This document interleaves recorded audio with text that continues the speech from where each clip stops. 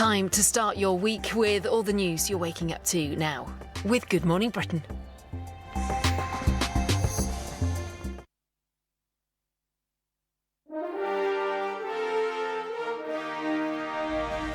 Good morning, Britain. Tens of thousands of pupils returned to school this morning with no idea whether their classrooms are safe. Emergency concrete checks will not be fully completed until December, but parents are demanding action now. Well, it's the first day back for MPs too, with the government under pressure to explain how this happened and how they'll fix it. The Chancellor says he'll spend whatever it takes, but it turns out that doesn't mean any new money. There are fears that this week's warm weather will encourage more migrants to risk their lives in small boats after record numbers crossed the Channel over the weekend. King Charles reportedly too busy to see Prince Harry when he returns to the UK this week on Thursday. Should the monarch make time to heal the family rift? Do you believe in life after love? And the one and only Cher joins GMB exclusively as she reveals her quest to rescue animals in captivity, one elephant at a time. If you keep on believing. Dry, sunny and hot is the forecast for the rest of the week, with temperatures into the low 30s. I have all details of that and more coming up on Good Morning Britain. Monday, 4th of September 2023. Live from Television Centre in London. This is Good Morning Britain with Susanna Reid and Ed Balls.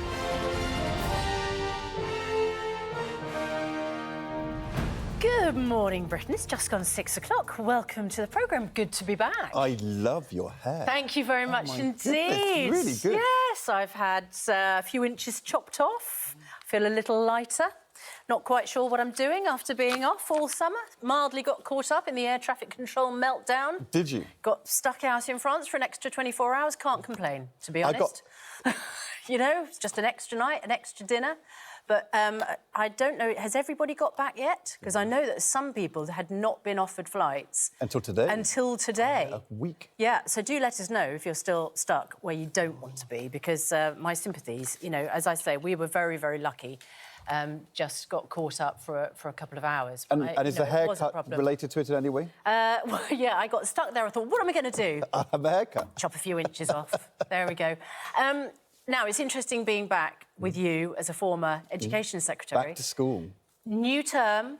But, of course, thousands of children don't know what's going to happen with their classrooms. Imagine being a parent and you're sending your child into school and you think, is the ceiling going to collapse? Have they done everything that they need to do to prop it up? Is my school one of those affected?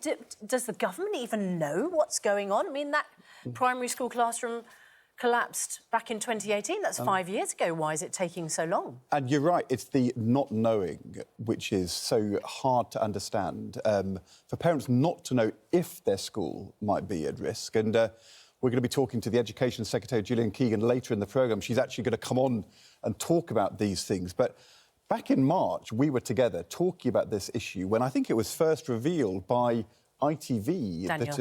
Daniel Hewitt had the story. There were all these schools which had this flawed concrete in their buildings. And at the time, the issue was that the Department of Education had a list of the potential schools affected, but they weren't making it public. And now, what is that, 6 months later, they still haven't made the list public. We know that there's just over 150 schools where there's a confirmed issue, but there's potentially hundreds, thousands of other schools where we still don't know what's happened in the last 6 months.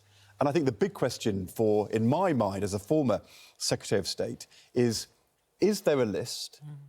Does the Education Secretary know who might be at risk on that list? And if she knows, surely her obligation is to tell parents and schools that they might be at risk. If you're the Education Secretary, you don't teach classes. That's for teachers. You don't run schools, that's for head teachers. There's certain things you do to make sure the system works, like exams and the regulations. But the fundamental thing you've got to do is make sure that children are safe. And in a pandemic, when there's a health issue, but also when there's an issue about the safety of schools. If you know something as Secretary of State, you've got to tell the head teacher straight away, tell the teacher straight away, tell the parents straight away. Is there information we're not being told? Because we need to know it. Did you not know about this when you were the Secretary of State in charge? No, not at all. I think clearly there has been an issue with this concrete since the 90s, but the first time it comes, as I understand it, to the awareness of officials in the Education Department is in 2018, where there was an incident in a particular school. Of course, we had a very large school building programme. Famously in 2010, when we left government, Michael Gove scrapped the Building Schools for the Future programme for, I think, 700 plus schools. He said 5 years later it was a mistake, he shouldn't have done it, but he didn't know at the time, we didn't know at the time, that one of the reasons why those schools needed to be rebuilt was because of these problems of concrete and asbestos. I think if we'd known, we'd have maybe having to do it faster. But once you know about it as a Secretary of State, once you know there might be a risk, you've got to sort it out as a priority, because the safety of pupils is your number one concern. Absolutely right. And as we know, tens of thousands of children returning to classrooms today, you know, in amongst that fear over the safety of the buildings that they're going into. Our correspondent Jonathan Swain is at Claydon High School in Suffolk. Now, that's one of the schools which has been forced to close several classrooms. Louisa James, our political correspondent, is at Westminster with the government's action on this. But, Jonathan, what exactly... I mean, goodness, imagine going back to school, Jonathan, and seeing a corridor closed off like that because of safety fears. I mean, what are teachers and the head teacher in particular saying this morning?